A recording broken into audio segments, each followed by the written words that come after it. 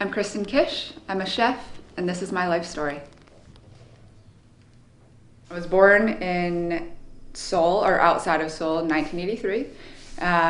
The woman had given birth to me, she never came back, so, they waited to see if she would come back and retrieve me. She did not. So I was kind of shuffled around police departments and then different orphanages.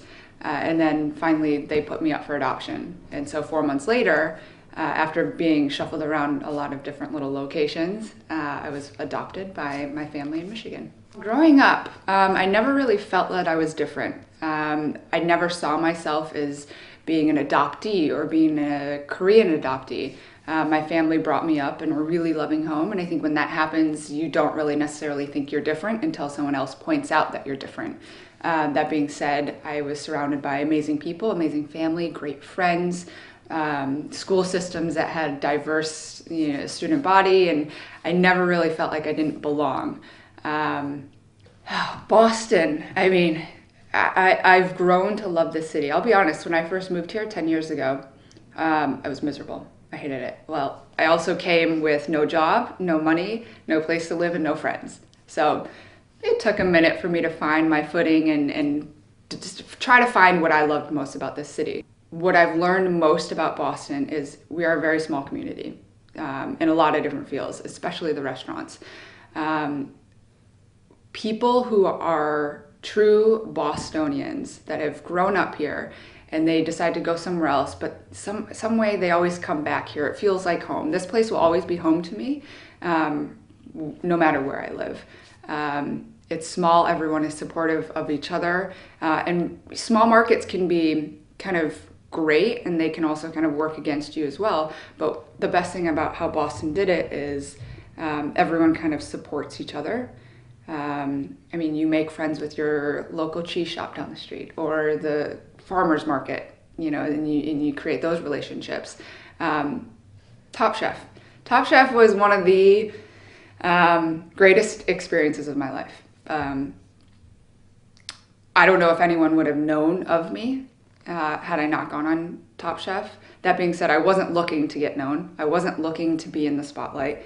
It just happened. My former boss and mentor and great friend, Barbara Lynch, who I worked for 4.5 years, she presented the opportunity to me. She was like, would you ever do it? Because I put your name in the hat. And I was like, oh God, shit. TV scared the shit out of me.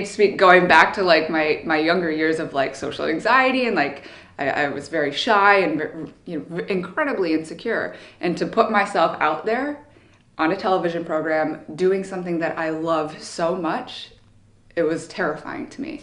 But it hit at the right time. I was looking for something more. I was looking for like this jolt to kind of shake up my creativity. And so the timing and then the project, meaning Top Chef, collided together at just the right time where I decided to say yes.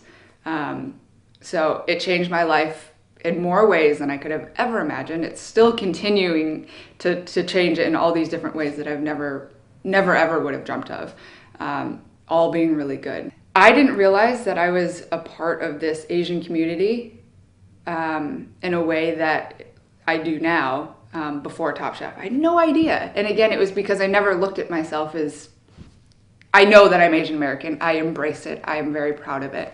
But when I'm in the kitchen, that's the last thing I'm thinking about.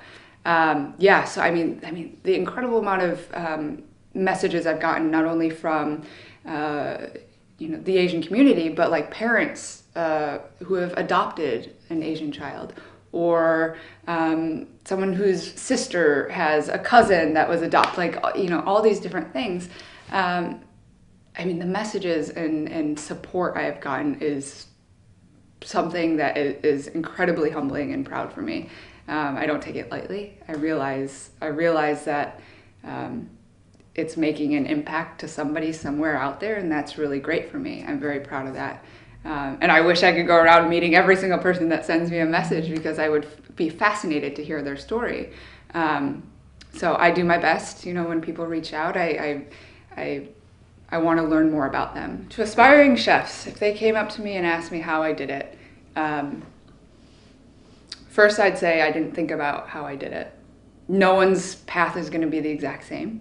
To try to emulate somebody else's path in order to get to where you see them as, you're going to fail. You're going to fall flat on your face. You have to kind of live out your own journey in your own way, and take the opportunities and take the failures and take the successes and just kind of roll with it and figure it out.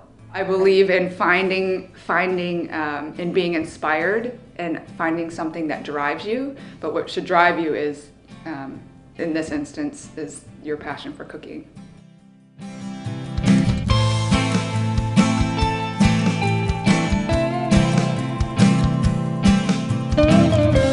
Hey, NBC News fans, thanks for checking out our YouTube channel. Subscribe by clicking on that button down here, and click on any of the videos over here to watch the latest interviews, show highlights, and digital exclusives.